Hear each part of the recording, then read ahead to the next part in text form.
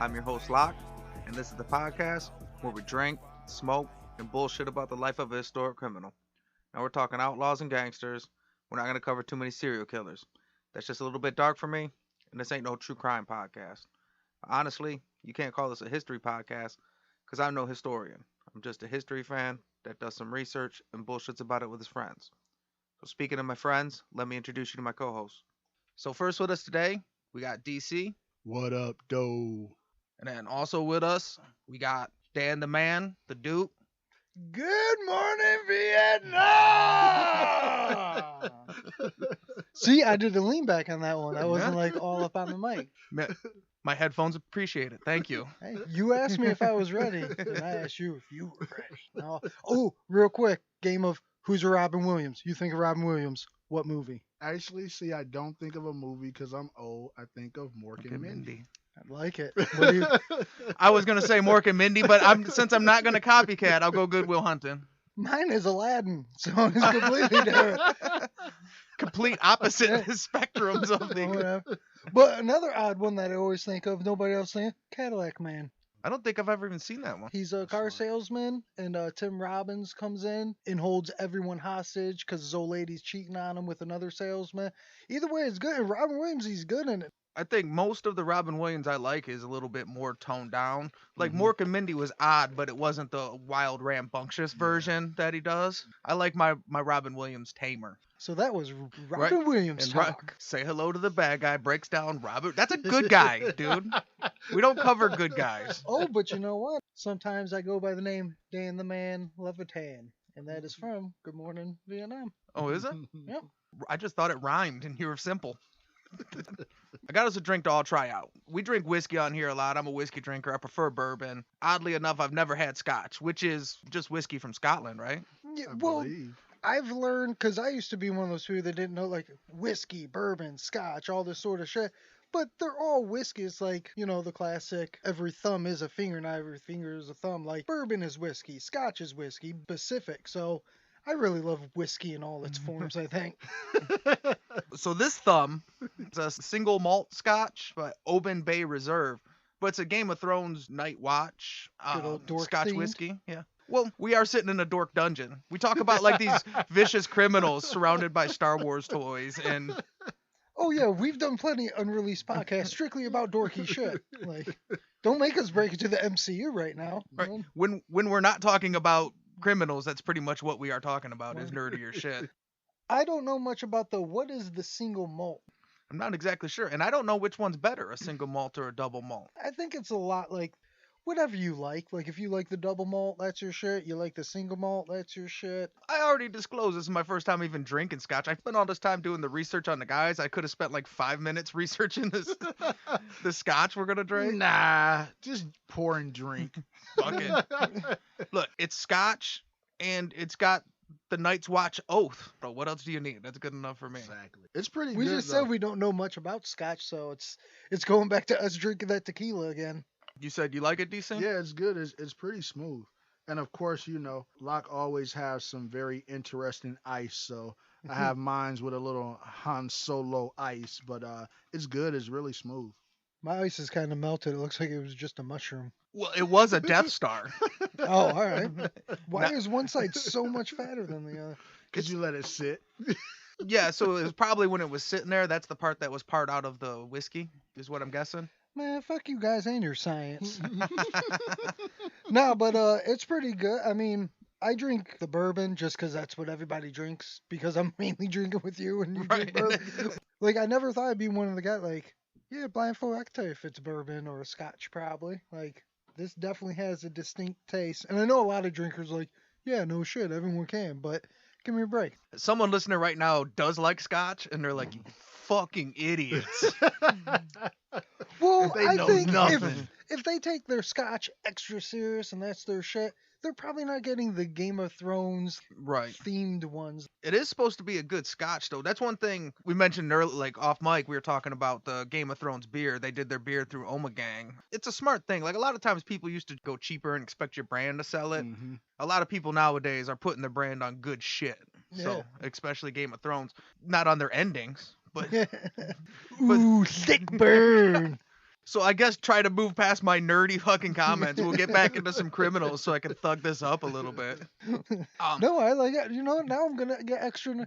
You know what? Sit back. This one's gonna get real nerdy. I will throw one thing in before we move over. I had a small amount of the whiskey, of the scotch. But It's a also I whiskey? do have a beer here. So I have a Lagunitas Ale, but it's something easy. Okay. Something easy. Something. Something easy. Nice. So We'll eventually it's get actually it. pretty good. See, me and Lon, we gotta wait it out. Like, it's something? That's what it is? Easy.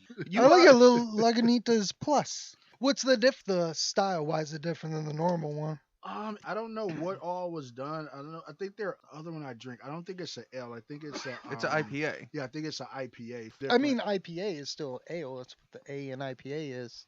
IPA is specifically Indian Pale Ale versus just a. So you got like the brown ale, so on and so forth. Yeah. So usually, if it's just an ale, I put it in the category of like the brown ale. Well, I do know that the Indian Pale Ale, the IPA, the reason what separates that the ale is the extra hops, because they had to put the hops in as a preservative to get it from India or whatever. Mm-hmm. So if it's a normal ale, it's probably like less hoppy. First time I had an IPA, these dorks that were teaching me how to drink this beer, they were. So I like that emphasis. These dorks, I want to make sure. I think they listen too. So fucking bozos. But yeah, so those dorks, they kept telling me they tell me the India story about the hops, and they were like, "So you taste that? What you're tasting? That's called hoppy." Like, hey, dork, that makes me not want your beer. Yeah. We're not talking about cartoon bunnies right now, dickhead. I'm trying to get drunk. But I will say the scotch though, I like it. I will drink almost any whiskey. Like if I pour a whiskey, I'll drink it. You know. Whiskey's like a pizza deal. Right, for sure. There's not a bad one. But this is legitimately good. Like, I dig it. I like it. Yeah. Before we get started, I got to make sure, as always, want to thank all the show contributors. So thanks Sixfo Swaino for letting us use his song in the intro, and Cancer. We use his song Blood in the mid-roll. He did our cover art, which you could see at his Instagram, Eyes Bleed Defiance on Instagram. And he's got all his photography, graphic arts, all that stuff there. You can go see that. I figured out his album, the Grenades, Pistols, and Rape Whistles. It is on Amazon or whatever, which everyone's got Amazon Prime nowadays. So you can easily just type in Amazon Music and find it. And I checked it out a couple weeks back or whatever. Man, it was fucking some good shit. Like, he might be one of my favorite rappers. He doesn't just lean on hooks or whatever. He raps. He's a lyricist. And I dig that stuff, the more violent. Yeah. I think he calls it boom bap or whatever. I don't know this. Yeah, the style, he called it boom bap. I don't know. But I mean, if that's the name of that style, like I really like, it's almost like early-ish Eminem. Yeah. And don't forget too, if you go over to badguypodcast.com, click on the sponsor link, you'll be able to see all of our sponsors as they come, rotate things of that sort. And then if you have trouble, sometimes you may hear us say the name of a sponsor. You're like, how in the world do I spell that? Because I've had that issue myself. Go ahead, right over to the sponsor link, and click on it. And you'll be able to go right to their profiles. You know, I forgot that now we could do that. Like I could skip all the extra talking bullshit and just say, so go see our sponsors on the website. I don't got to say all these extra. I think it's social still medias. good to give them a shout out, but you know, for the specific social medias and stuff like that, it's easy to say go over here, click, and you know it's right there on the front. But I think the shout outs are still they deserve it, right? Goddamn, they haven't earned a shout out, Lock. That's what you're saying? All right, sponsors, fuck you. Go to the website, dorks, because we're too busy to say what we could talk a half hour about Robin Williams, but you sponsors, go fuck yourself. And then you could also follow, we got our website, badguypodcast.com. We're on Instagram at badguypodcast. And then we're on Twitter now. It's the Bad Guy Pod on Twitter. Now, I guess it's my fault because I don't use it very much, but we got like 1,000 followers on Instagram and 12 followers on Twitter. So get those Twitter numbers up. Those are rookie numbers. ABT, always be tweeting. We'll go ahead and get started. And the bad guy we're talking about today is Leonardo Pacifaro. This ain't negotiation time. This is Scarface, final scene, fucking bazookas under each arm. Say hello to my little friend. Ooh, 00. All right, can you guess what nationality he's going to be? He sounds Mongolian. So we got Leonardo Pacifaro, a.k.a. Lenny Montana. I love the AKA Lenny Montana. Yeah, well, the first one, you made the joke. Definitely Italian. The second one, yeah, is that a white dude? It's Lenny Montana. Lenny He's from Montana. Wyoming. Right. Leonardo Pasfaro was born March 13th, 1926 in Brooklyn, New York. Ooh, at the height of Prohibition. Yeah, Well, the Roaring 20s. right. At that point. Bad part about that, though, that means you're going to grow up during the Great Depression. So- Means your mom was out there flapping about the nightclubs. And think about it, as we're going through the depression that we have been going through these years. Back in those days, they didn't even have an OnlyFans. There weren't no cam girls. So he was fluent in both English and Italian. Not a whole lot is known about his childhood. What we do know is that he was big as shit. And then in 1953, when he moved to New Jersey to start wrestling professionally, he was billed at 6'6", 250 pounds. Damn, Yeah, big big boy. dude. Yeah. Big boy. And he- Wait, I got hung up on the decade. What's the location? New Jersey. New Jersey. So Part. he moved real far. He went from Brooklyn all the way over to New Jersey. Got to go across the river here. I'm going out of state. Yeah, so he's 6'6", 250, and his wrestling name was Lenny Montana. Ah. All right. As soon as you say he was a wrestler, oh, okay. Now I get the name. So he was a huge hit, and soon he went to the Midwest regional circuit, where he was a major draw in Kansas City and eventually Texas. Over his career, he would share the ring as either opponent or a tag team partner with future Hall of Famers Eddie Graham, who at one point he became the president of the NWA and is a WWE Hall of Famer. NWA, that's where when WWF was big, that's where Sting and Ric Flair and all them were. Yeah, back when it used to be regional and shit before all the big ones took everything over. Right. Back when the WWE was the WWF. Yeah. Well, I mean, Before the World Wildlife Federation told them, bitch, this our name. well, that was the big thing. If I can be extra dorky right now, going into the whole pro wrestling thing, they all had their territories, and Vince McMahon was the first one to say, you know what? Fuck your territory. We're taking over. And he built the big empire. And that was actually against the rules to do all that shit. He was actually an asshole. Yeah. This one guy, this Vern Gagne. He's one of only 7 men inducted into the WWE, the WCW, and the Professional Wrestlers Hall of Fame. Oh, wow. This is crazy that this is way back in the 50s. Yeah. That's wild. But you got to think, back in those times, I mean, wrestling, I don't know how big it still is literally today. I would guess, quite a bit is still big. Oh, But fucking back in those huge. days, anything that was like a show, we could put on a show. And I mean, you think Yeah. of wrestling, it's really a show of acrobatics and acting. It had to be, you go into these small towns almost like a circus, and they sold beer at those shows. I mean, beer and guys jumping off the rope and stuff like that. I mean, we still love stuff like that today. So I can imagine yeah. when entertainment wasn't as big as you having a million channels and the internet. Oh yeah, back then these little road shows were probably that's back in the good old carnival days where the carnival coming to town, it was like the hottest shit ever. My favorite thing about this, so Locke has a picture up here. Not sure if it's gonna end up going on the Instagram or whatever. Yeah, I put they all go straight on the. Oh, you see Okay. those physiques? So yeah, they're going up. This was well before steroids. These are some. It's crazy that these guys are the big. Like when you see wrestlers nowadays, like every one of these guys now would be what they call a jobber. the Was funny the thing- classic just barrel chat? There wasn't about the good old getting ripped and glamour muscles. About just being big, being able to toss people the about. guy second from the left. That's like the closest you're gonna get to abs in this, Yeah. this picture. And he's clearly sucking in. That's Vern Gagne. I love it. No, see this guy in the singlet? His name's Mhm. Gypsy Joe. He's kind of considered like one of the godfathers of hardcore wrestling. Ah. So he was inducted into the Nashville Pro Wrestling Hall of Fame by He was the first one to wrap a bat in barbed wire. he was inducted by Mick Foley, who is Wow. kind of like the hardcore guy now, right? So Yeah. it's kind of like him kind of respecting.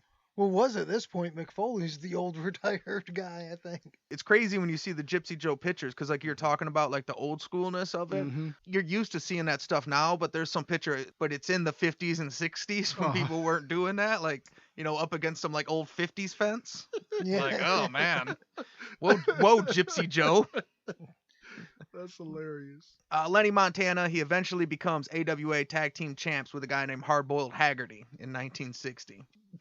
Hardboiled Haggerty actually, okay, Lenny Montana ends up getting a broken leg. So they win the Tag Team Championship. It's like they finally make it, and then he breaks his leg.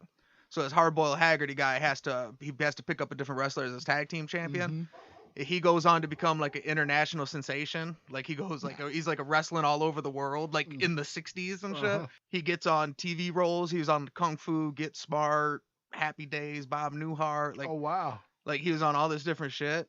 And Lenny Montana gets better from his leg injury, and he has to go on the carnival circuit, bouncing clubs at night.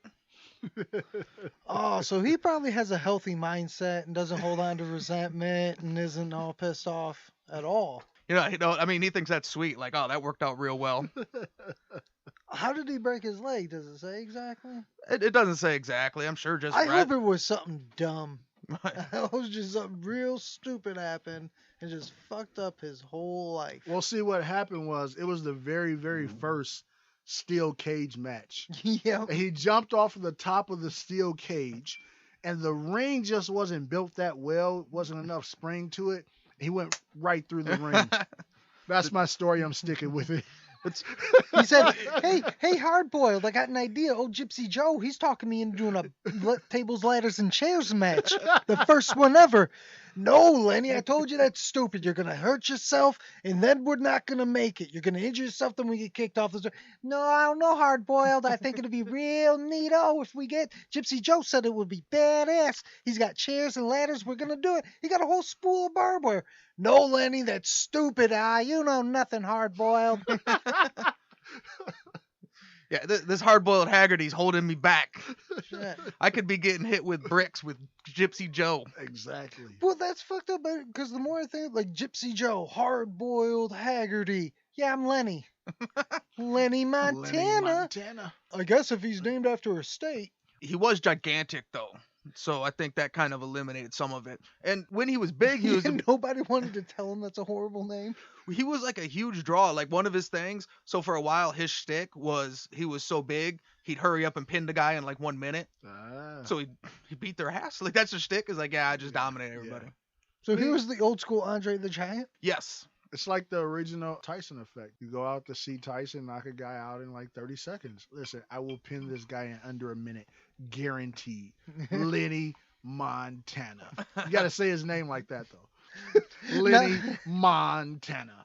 Now that I think about it, I hope his voice really did sound like the impression I did. Like that. So would that really be like, hey, why I oughta? Sound like Squeaky from Happy Days. When you first said you hoped it was something stupid, the first thing I thought of was that Tony Ferguson tripping over on the wire on the production set, like right before a fight. Yeah. He tripped over, doing an interview, trips over a wire, completely blows out his fucking knee, like going into a title fight and shit. Gets stripped of his interim belt. What's so crazy is a guy like that, he did so many crazy things in training on video. You like, what is wrong with this guy? He's going to hurt himself. Never hurts himself. Trips over a wire. It's like, really? I've seen you kick steel poles and nothing wrong, but you trip over a wire? Whatever. We've all twisted our ankle just standing there. That is true. Like, all of a sudden, like, where the fuck did this ground go? Now my ankle's fucked up.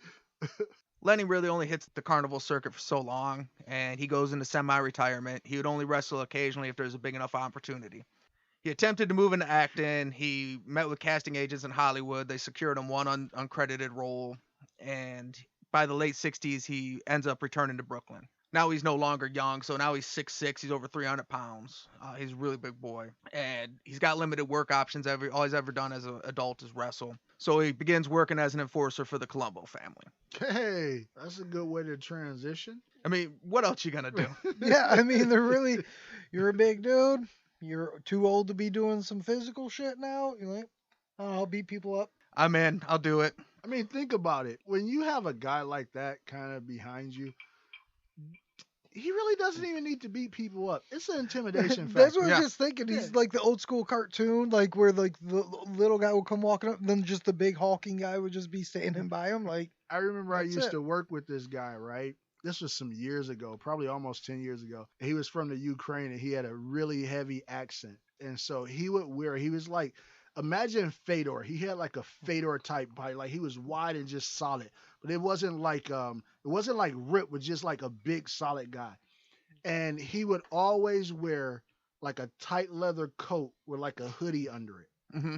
And he looks like a straight Russian gangster. And so whenever we would go places, I'd be like, you do understand, no matter where we go, I'm telling everybody you're my bodyguard, right? And it's not like when they talk to you, they're going to understand what you're saying anyway. So you're my bodyguard. And like it was the funniest thing. And he would just laugh. So we would go places. I'd be like, yeah, listen, I need you to make sure everything's right because I got my bodyguard here. And he's just standing there with his regular face, his tight leather coat on, looking intimidating. Nobody ever gave me problems. Why you look at jacket? Do you not like tight jacket? Exactly. Please stand back for my friend. I am bodyguard.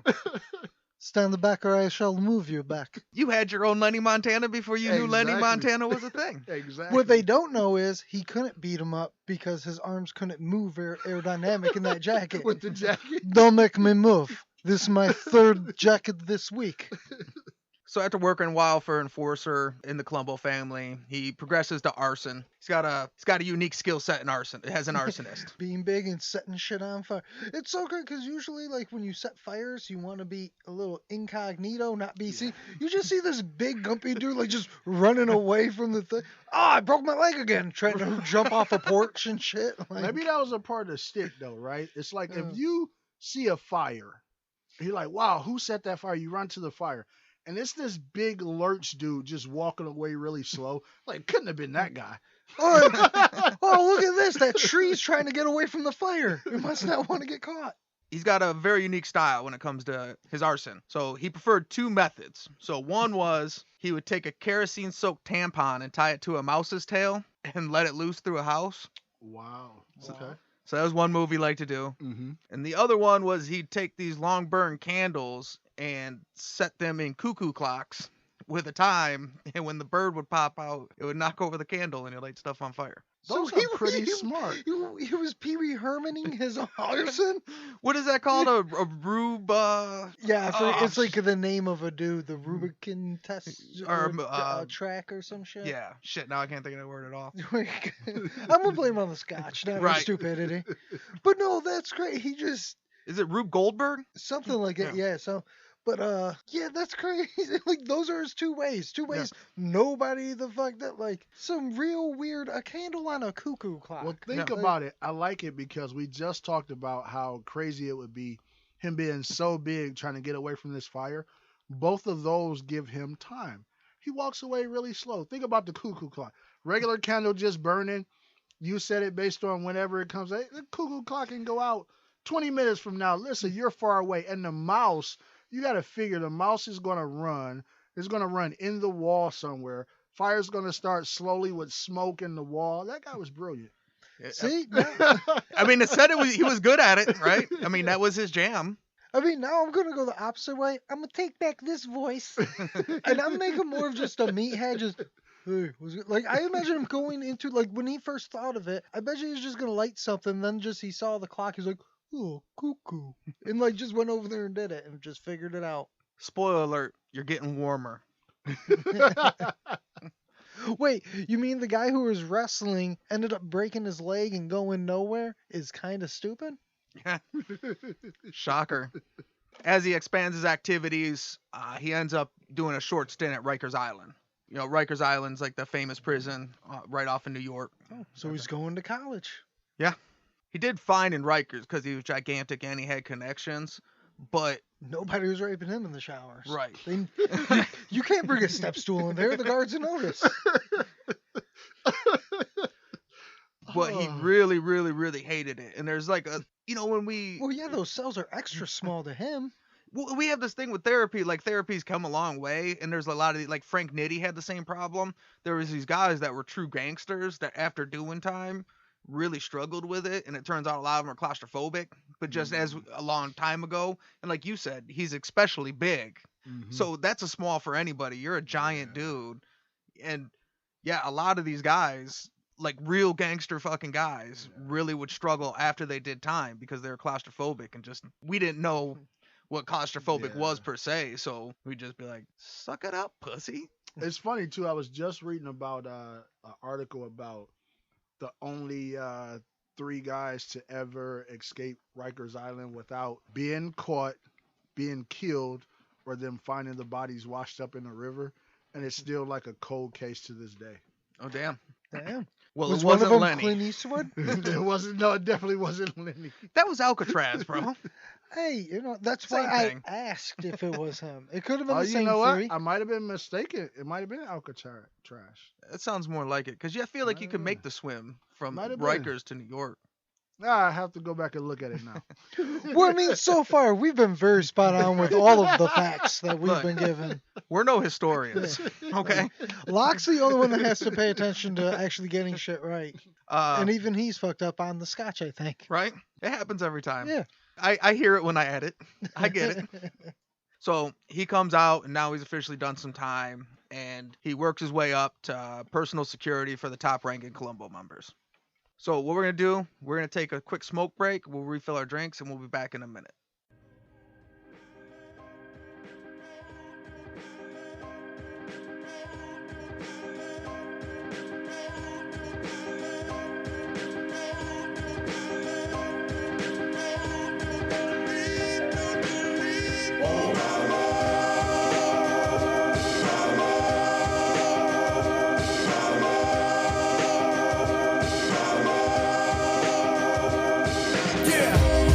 Are concrete and solid as the truncated snare on a drum beat.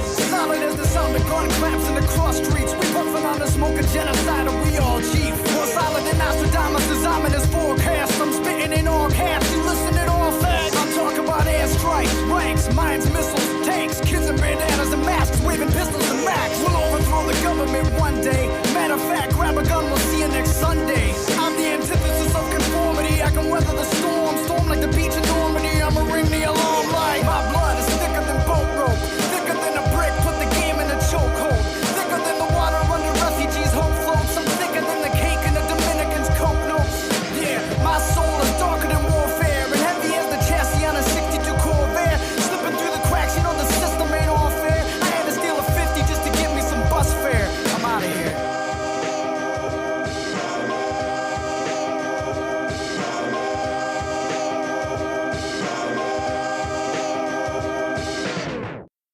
All right, and we're back.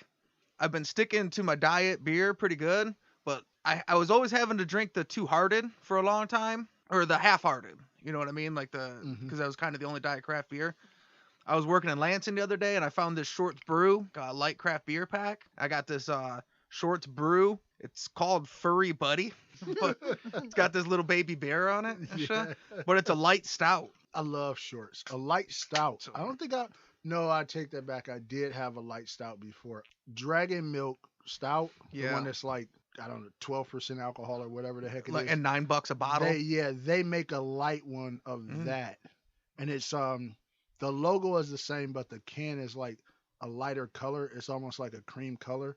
I had that one. Okay. So, but you have to tell us how that one is. It's good. It doesn't taste like a light stout. It tastes honestly a lot like Guinness. It's not a breakfast stout or whatever, like an imperial stout and shit, but it's no backwoods bastard. But yeah, it's good. Like I really love that they're going with craft beer, light beer options now. Like that's fucking sweet. I can enjoy good beers and not be a fat fuck. That's awesome.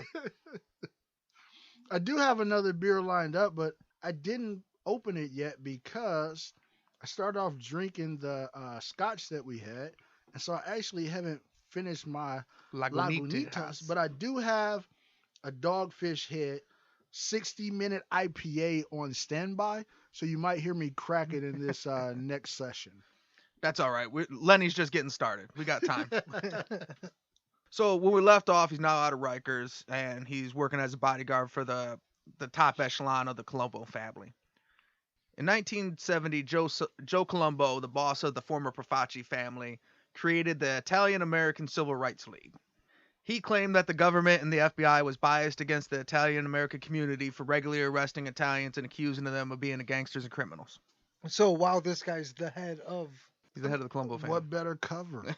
Yeah, exactly. You guys are always thinking we're the head of the mobs. You are the head of the mob. See what I'm saying? My point exactly. This would be a shocker, but it kind of pissed off a lot of the other mob bosses because they were like, hey, we're trying to be quiet. And the news is like, this mob boss is saying that we're being racist against the Italians. The mob boss. Who's this guy, John Gotti? So, and he would bring in, like, they had, like, Frank Sinatra as a front man, and there would be, like, a lot of, like, local priests and stuff, but, like, a local priest whose dad was a capo for some war. Like, it was, but yeah, the Italian-American Civil Rights League, it got real big. Well, yeah, what's so fucked up is they have a point. That whole thing is they were mad at the mob for making all Italians look bad and shit. It was a big, theme in, like, I don't know if it was a full season, but I know it was a few episode run in The Sopranos. Yeah, it comes up quite a few times. Yeah, in Sopranos. Carmela goes in there and they all hate her because of Tony putting a bad name to Italians and shit. Mm-hmm. And yeah, and that's why a lot of Italians, they get mad at some movies and shit for portrayed. They just think, now everyone thinks all Italians are mobsters. And it's crazy that the guy that started the civil rights thing was the head of the mob. I think when you think about it, that's an issue a lot of times with organizations that pop up, that the wording of their cause always makes sense. But when you go behind that to the layers and you realize who's behind these movements and things of that sort, that's when it becomes questionable. Yeah. You know, but I think that's what we see most often if you research it. Joe Colombo claimed there was no such thing as a mafia, and terms like mafia and La Cosa Nostra were terms made up for, quote, stigmatizing an entire ethnic group. That's right. I love this guy's stuff. How could I be the head of a mob? Mobs ain't real. That's right.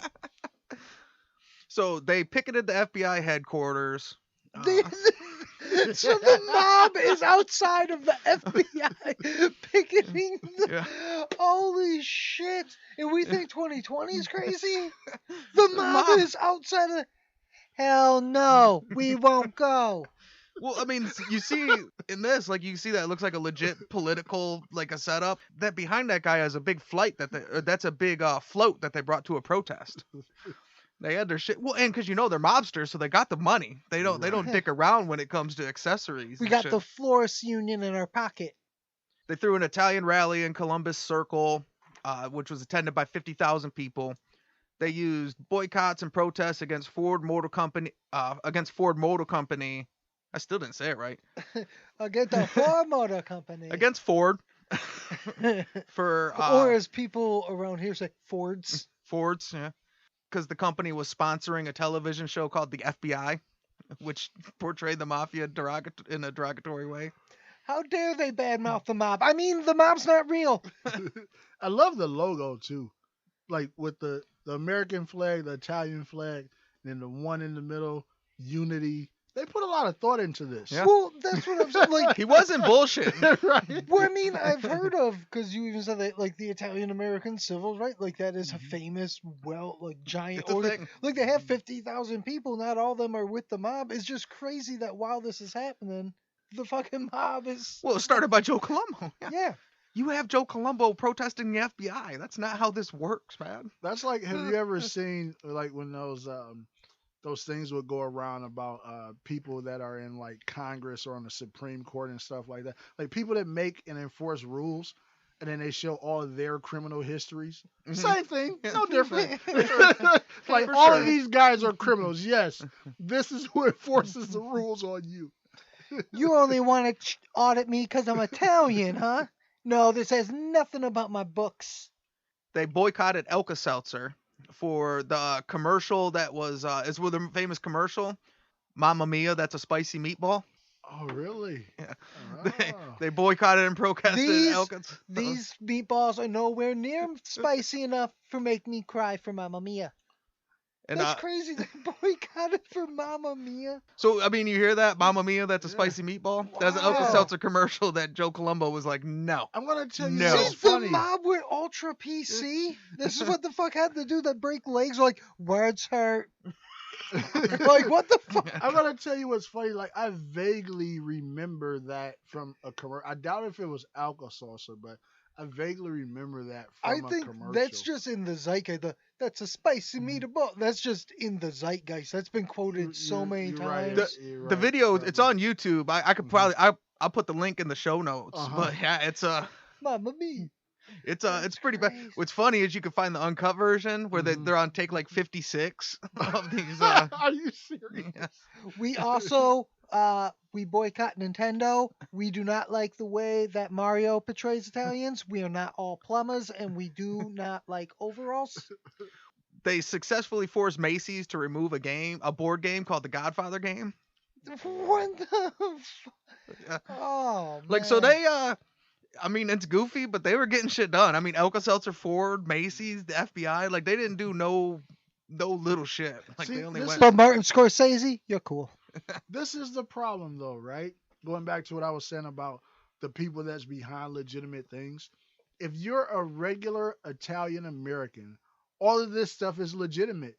The thing that's funny is because Yeah. it's mobsters that really That's represent. what I'm saying. I've Yeah. heard of this. But it's like American it's like they're really going after like real things. yeah. That's why that's crazy. Yeah, Because it is. like I said, I've heard it's been in like Get rid of the Godfather game.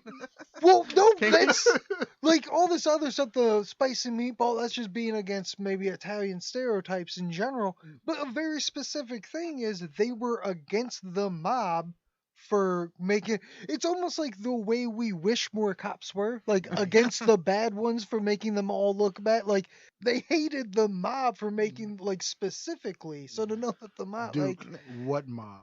yeah, they don't There is exist. no What do you mafia. mean? They hated you for saying there's a mob. Exactly. They didn't hate the mob. Don't pretend like there's a mob. More of that crazy FBI rhetoric. They're in your head. It's fake news.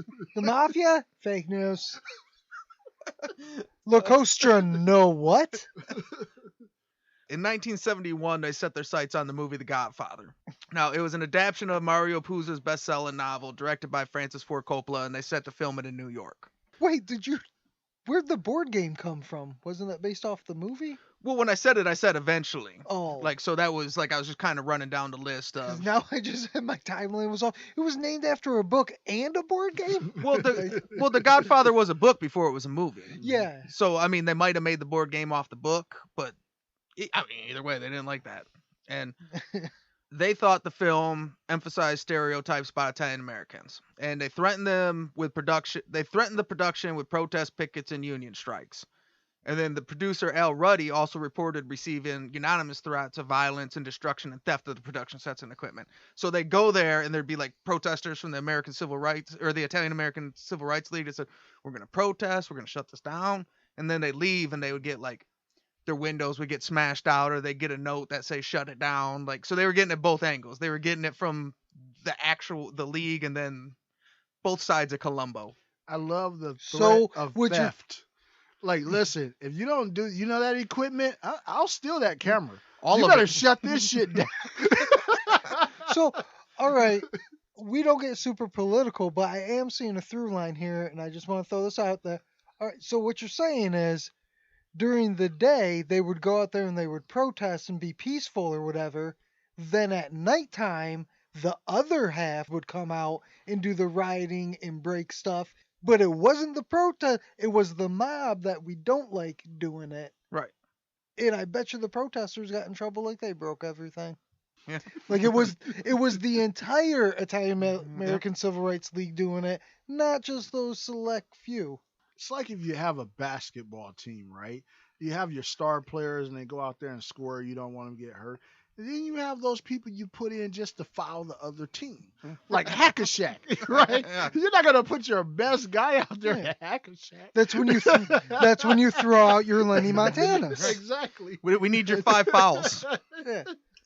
That's the only reason why you're here is for those fouls. Well, hey, that's a big thing in hockey. Every team needs their goon. Right. Al Ruddy eventually agrees to sit down with Joe Colombo and the League at the Park Sheridan Hotel, which is famous in New York because that's the place where Albert Anastasia was killed in the barbershop. So the famous barbershop hit place, that was at that hotel. Oh, so they're having a famous good old mob sit down. I mean, not the mob. Not the mob. The civil rights. Just a normal everyday sit down. At one point, Joe Colombo, he asked his lieutenants he was sitting with. He's like, do we like this guy? Do we trust him or what? You know what? Let's make a deal. So they agreed that all usage of the term mafia were removed from the script of Godfather, and any usage of the word La Cosa Nostra. Now, El Ruddy says that in Mario, because it was used a lot in the book, but in Mario Puzo's script, it didn't say La Cosa Nostra at all, and it only said mafia once. So he was like, deal. Deal. we'll take that out. We gotta take out one word. But then they also agreed that the money earned from the premiere would be donated to the League's fund to build a new hospital. That sounds like some gangster shit to me. Like, listen, okay, we'll let you do this, but all the money from the premiere, we'll let you have the back end money. The premiere, we need that. We get that. Get that over here, yeah. So he's really doing some like strong arm tactic. He's mobbing the fucking movie. Like, this is so, and I don't understand is like, all right, if they just stop saying mafia, pretty soon they'll forget about us. Like, that's his whole thing. Joe Colombo also arranged for a number of Colombo family members to be brought on as technical advisors. That was their deal. This guy's really smart. I mean, think about it. I love You get your people working, which of course we need people working. So you get your people on the payroll, and then all the money from the premiere comes over to us. And I'm not strong arming you. What I'm doing is I'm helping so that you're not against us as a people. I'm just helping you see that by taking these words out, and you're helping us by donating to the cause. We love you, you love us. Yeah. It all works. I scratch your back, you scratch mine. It all works. Yeah, but I still don't. All right, you guys can't make this movie. You can't call it the mob or the mafia. It's not that. But we want to be technical advisors on the not mafia stuff because we're not in the mafia. Like, what are you a technical advisor on if there is no mafia? You have to get Italian Americans right, sir. Yeah, but the whole thing is about being in the mob. No, Like, it's not. There is no mob. The whole movie. That's why I just don't get. Like, okay, The Godfather, they're not in the mafia. What are they in? Like, it's family. Exactly. Like, but then just the family just became the name for the mob. It still arose by any other name. Right. Like, I really don't understand this dude's point. Like, it's fucking ridiculous. Wait, you mean to tell me Joe Colombo's not on the up and up? I mean, I really don't see the problem here, Duke. I mean, it's just Think it all checks out. mind-boggling. Al Ruddy at the end of the deal said, I'd rather deal with a mob guy shaking hands on a deal than a Hollywood lawyer who the minute you sign the contract is trying to figure out how to screw you. I like that. You know why I like that? So many people that talk about that, like from quote unquote the underworld, they always talk about when you get into that real hardcore business and lawyers and stuff, they say it's so much more cutthroat than the underworld where you did business on handshakes. And I believe it. And I think it's because so many of these other guys, there's a different code or law. Mm-hmm. And so they just feel like they can do whatever. And what are you going to do? Sue me? Yeah. There's not really a threat of you dying as much. Yeah, well, there's the court system, and then there's the mob. I mean, there is no mob, but I mean that's what it is. They're used to that sort of because when you do a mob deal, if you do that handshake deal, you understand. Like, I looked you in the eye. We made this deal. It's not if you go back. Oh, I don't have the documents. I'm gonna take like. No, you went back. I'm gonna shoot you in the fucking face. There is no documents because we're not trying. So them, it is all handshake. Like they're cash business. You know what I mean? Exactly. In the underworld, there's no sign right here, initial here, and sign here. Yes, that will be 40 kilos. that doesn't exist. Yeah, he's basically just saying, like, yeah, maybe it was scary to get, like, they were threatening your life. They were but once he had a deal, he's like, well, yeah, It's I a mean, deal. once we had a deal, the deal was the deal, and they were good with it. Like, Yeah. we didn't have no problem. Everything was good. So they sent in John Travolta from Get Shorty, and they made some movies. Right. Basically, these technical advisors' job went to the highest ranking Colombo family members, which meant Lenny was on set a lot because he was the primary bodyguard. I mean, he always stood out because he's fucking gigantic, but people, they tended to like him. I guess they said he was a nice guy.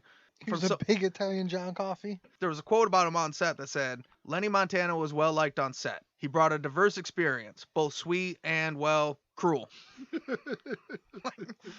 Tender yet firm. Sweet but cruel. Like, oh, that's a hard swing. He's like man. your little fuzzy friend on that can. He's a big old bear, you know, soft, fluffy, scratch behind the ears. But then those fucking claws come out. He'll fucking get you. It's still a bear. He'll fucking get you. It's like, do you all remember that Sour Patch Kid commercial? Yeah. Where it's sour like, now. Sweet first they're later. sour, now they're sweet, and it's like the little girl wakes up and she's like, oh, and the Sour Patch Kid has cut her hair off, and then she's looking like, what? And it comes over and gives her a hug, and she's like, they're sweet. Yeah. It's like he punches you in the gut, Yeah. and then takes you. Oh, it'll be okay. Yeah. Those ones always creep me out because those gummy things, like things are walking around, they're faceless. Those things creep me out. Like if I woke up and like had a gummy man like walking, get the fuck away from me. That thing scares the shit out of me. Especially if it cuts your beard off. Yeah, fuck that. Hug me. So one day on set, Al Ruddy's assistant, Betty Carter, broke her watch. Lenny asked her what kind of watch she's going to get, and she said, well, I'd want to get a diamond watch, but I'll probably get another $15 watch to replace it. The next week, Lenny Montana brought her an antique diamond watch and told her, this is from the boys. Just don't wear it in Florida. What's so significant? Would it get taken in Florida? Probably just stole it from Florida. Oh, yeah. I'm guessing. Yeah. So I'm I guessing he took stole this it from a lady down in Florida. Yeah. Don't wear it there. Yeah. That's what I'm guessing, is that I stole it in Florida. Oh, that's hilarious. What? No. That's hilarious. That sounds like mob stuff to me. That's shenanigans. There is no mob. Exactly. And she said that he brought it to her in a wadded up napkin. Here you go, An lady. antique- I wrapped it myself. It's a pretty watch. Oh, man. That's hilarious. It could have been, hey, he could have tied it to the tail of a mouse and had the mouse run over to it. I mean, think about it like this, though. He really was just making sure the watch was quality when it got to her. It wasn't scratched up or anything like that. So put in something really soft. Well, I mean, he's a Tissue. fucking professional. Yeah, exactly. You know? He's been to Rikers. This ain't no bullshit. He went to college. Yeah. You think he doesn't know how to wrap a watch? So after the actor originally cast to play Luca Brasi died of a stroke, Francis Ford Coppola immediately cast Lenny Montana to play the role. Oh, see, it all comes back. He twisted his fucking leg up, broke it into. This guy had a fucking heart attack, and here comes Lenny. See, he gave her the watch. That's karma. That's how that happened. Back in the game. Fuck Yep. you, hard-boiled Haggerty. My, how the tables have turned. The Haggerty may have made it and got on some talk shows, but this motherfucker wound up in The Godfather. Right. So, Most All-time classic forever. Yeah. I mean, most people put it, if not number one, we're talking top 5, like Mount Rushmore of movies, like Citizen Kane, like, you know, great shit. Your grandkids will hear, hey, you got to watch The Godfather, right. mine won't. Yeah, he's not a fan. We're not going to get into that. So, in the first scenes he shot, he was with Marlon Brando and he was real nervous. So if you see The Godfather, the scene where Luca Brasi and Don Corleone are in the office and he's talking real awkward and monotone and can't spit it out, that was really Lenny Montana. Like, so they loved him. Like, oh, this guy's great. And then as soon as they turned the camera on, he would freeze up and he would do that awkward thing. You can hear James Caan talk about it, but he tried to loosen him up. They'd make jokes. Marlon Brando started making jokes. They were telling each other fuck off, and everybody's laughing and cracking up. And then they'd start the camera, and he'd go back to Don Corleone. I'm very he just could not do it every time they turned the He was like that cartoon frog that would sing and dance with the one guy, and as soon as he brought people Yes. around, it just would ribbit and wouldn't do anything. The- Who later became the WB frog. And he's from Detroit, I believe. The frog is supposed to be whatever the the frog is. I swear it's to not God. a real frog. Yeah, whatever that No. frog is. I don't. That's our claim to fame. We got Kiss, Kid Rock, ICP, Eminem, and that fucking frog. Well, I would say this podcast has the Purple Gang and that frog. Yeah, Fuck all that's those true. other things. That's what we got. We got the Purple Gang and that frog. I swear to God, I'm not gonna Google it right now, but I swear to God, No, I think I that believe frog it. is from That's Detroit. hilarious. Hey, I'll take it. Well, I mean, because he sings that. RoboCop and that frog. He sings that "Hello, my honey." Yeah, hello, my baby. Yeah. Hello, my That honey, frog, girl. whatever his shtick is, what his name is that he turns into, is from Detroit. I find that funny, though, whenever I hear about people that freeze up in front of the camera, Not even like a live audience, but literally when the camera starts rolling, you gotta think that's such a psychological thing. It's not even like stage fright and it's a whole bunch of people. You're like, oh shit.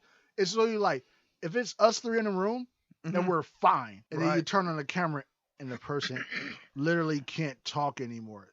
That's crazy. Yeah. See, I don't know. I understand it perfectly. I mean, I'm kind of Aspergerish anyway, so there's lots of situations where I just won't talk because of different shit.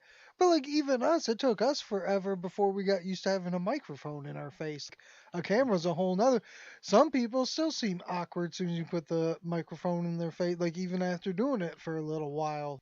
Having a camera in your face, I could see how that would fuck you up, especially being in the room with Marlon Brando and James Caan and fucking Robert Duvall and Al Pacino. Like that's a big jump into that pool of here's your first scene ever, Lenny.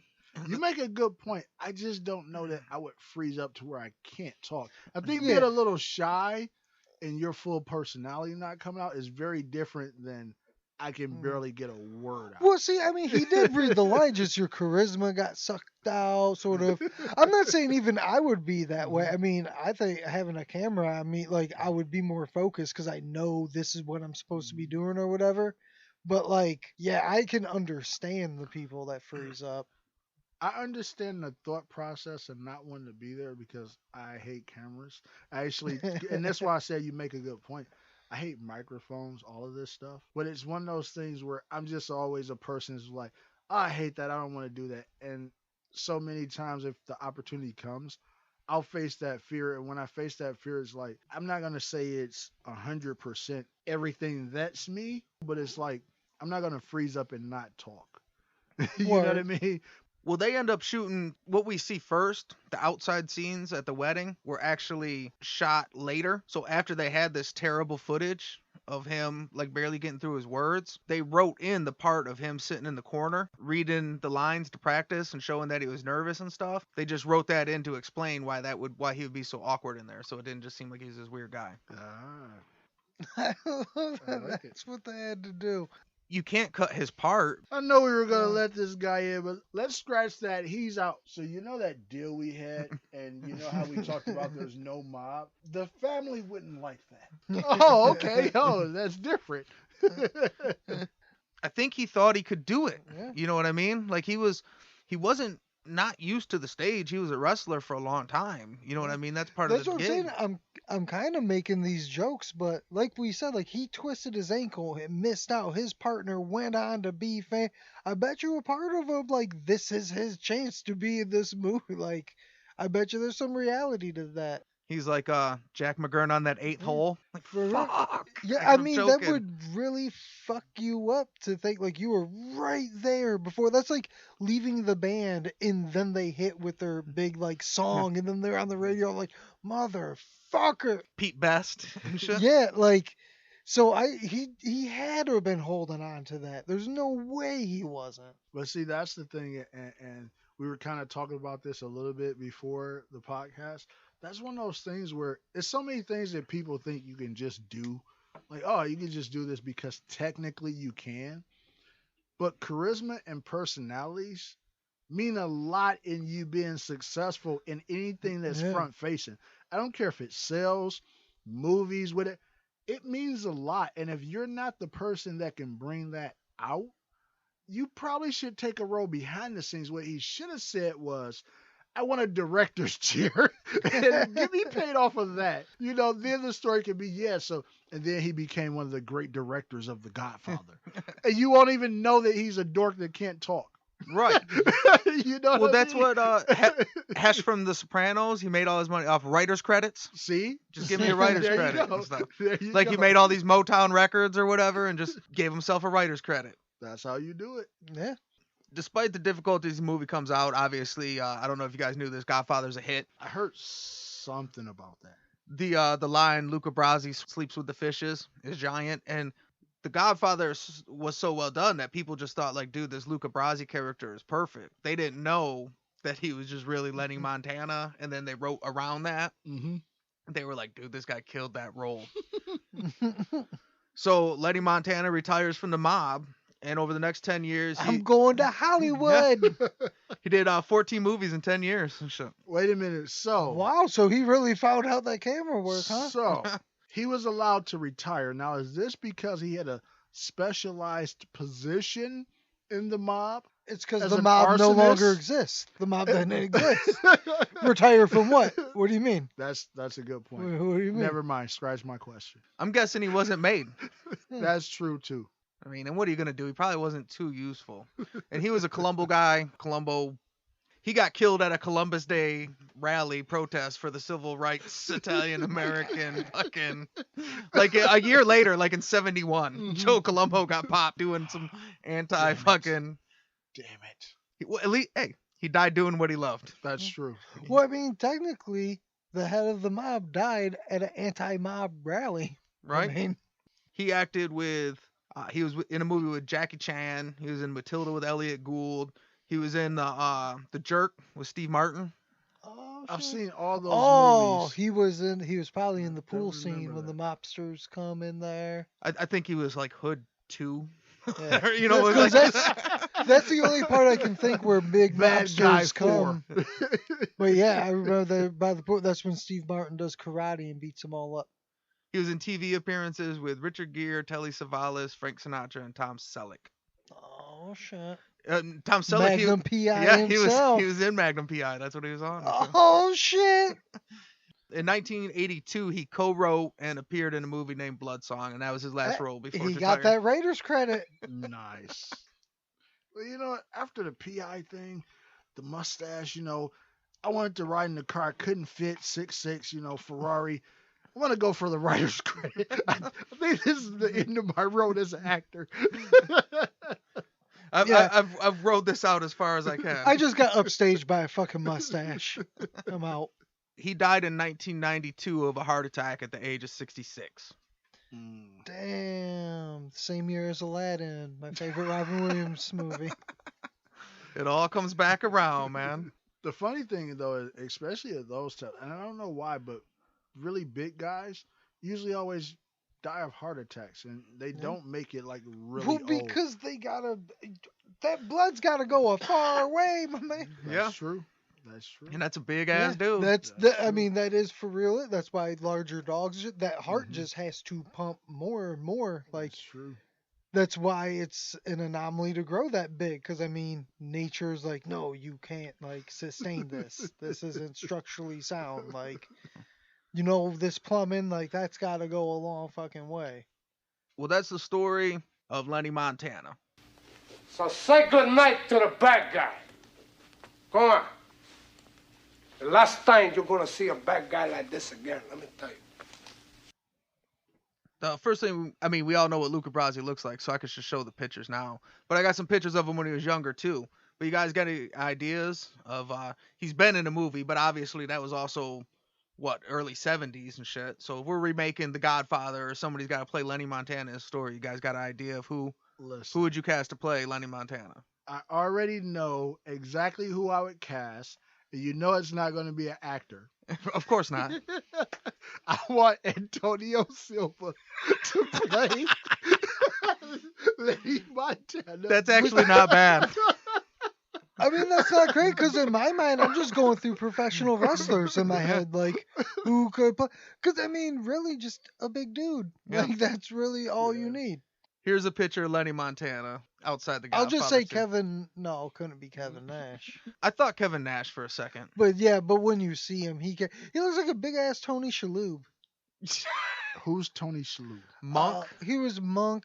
He was also on. I don't know everything. Oh, I know remember you- Monk. Okay. I TV think of show. like 13 Yeah. Ghosts and like. He's one of. If you see him, He's He on, does look like a big. Yeah. His I agree most with that. recent shit that I love him on is Marvelous Miss Maisel. He plays the dad on that. That's a Amazon show. It's good. It's about stand up. well, he's really good in that too. Oh, you know who would play him?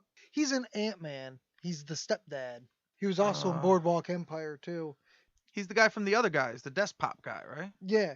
You Yeah. never did a desk pop? Or no. He answers when. He's sitting at his Yeah, desk. he and said, he's the one who, he's real pissed off in the, anger management class or whatever. he said, you shot Derek Jeter. Should have shot A-Rod. He's a biracial angel. His name's Bobby Cannavale. Bobby Cannavale. Yeah, I can see that. So here's picture him on the Godfather This dude, set. DC. So he's a big, yeah. and he's kind of a big, tall dude. Wait, is that him? Yeah, so this is Damn. Lenny when he was on the Godfather, and now you can see Yeah. the guy that they're talking about that has charisma, that's likable, you know, that you'd think you want to cast in a movie. That's not the guy that's in the Godfather though. I thought the guy that I thought could do it, like at least older Luca Brasi, was Brad Garrett, the older brother from Everybody Loves Raymond. Yeah. The tall brother from there. He's a big dude. Yeah, he would He's be a big dude too. You know him and How tall is the other he? guy, Bobby Cannavale. Like I always thought they could play brothers in a movie because they're very similar. How tall is the dude from everybody? He's I think a big dude. he's like 6'8" or something. Yeah, he's a big dude. Like he's I fat. can see that. Yeah. So now we gotta do the DEFCON scale. Standard DEFCON scale is 5 to 1. 5 being the lowest, 1 being the highest. On the Bad Guy podcast, none of the guys are good guys. So 5 would be Lee Murray, who's a crack dealing, kidnapping, bank robber. And 1 would be the Purple Gang, who's got multiple massacres, multiple gang wars, and they're killing people on the streets. So on a scale of Lee Murray to the Purple Gang, where would you rate Lenny Montana? Listen, this is a good guy. He was on The Godfather. He did roles next to Magnum P.I. He tried to fit in the Ferrari. This is a good guy. He I'm went gonna give Hollywood, him baby. Exactly. I'm going to give him a 6. Okay, yeah. He set a couple fires, no animals, and this is for PETA, no animals were harmed in the fire. Okay? When Wait, I don't know. There's a good chance that fucking mouse went up. I mean, I was with you, but let's be honest here.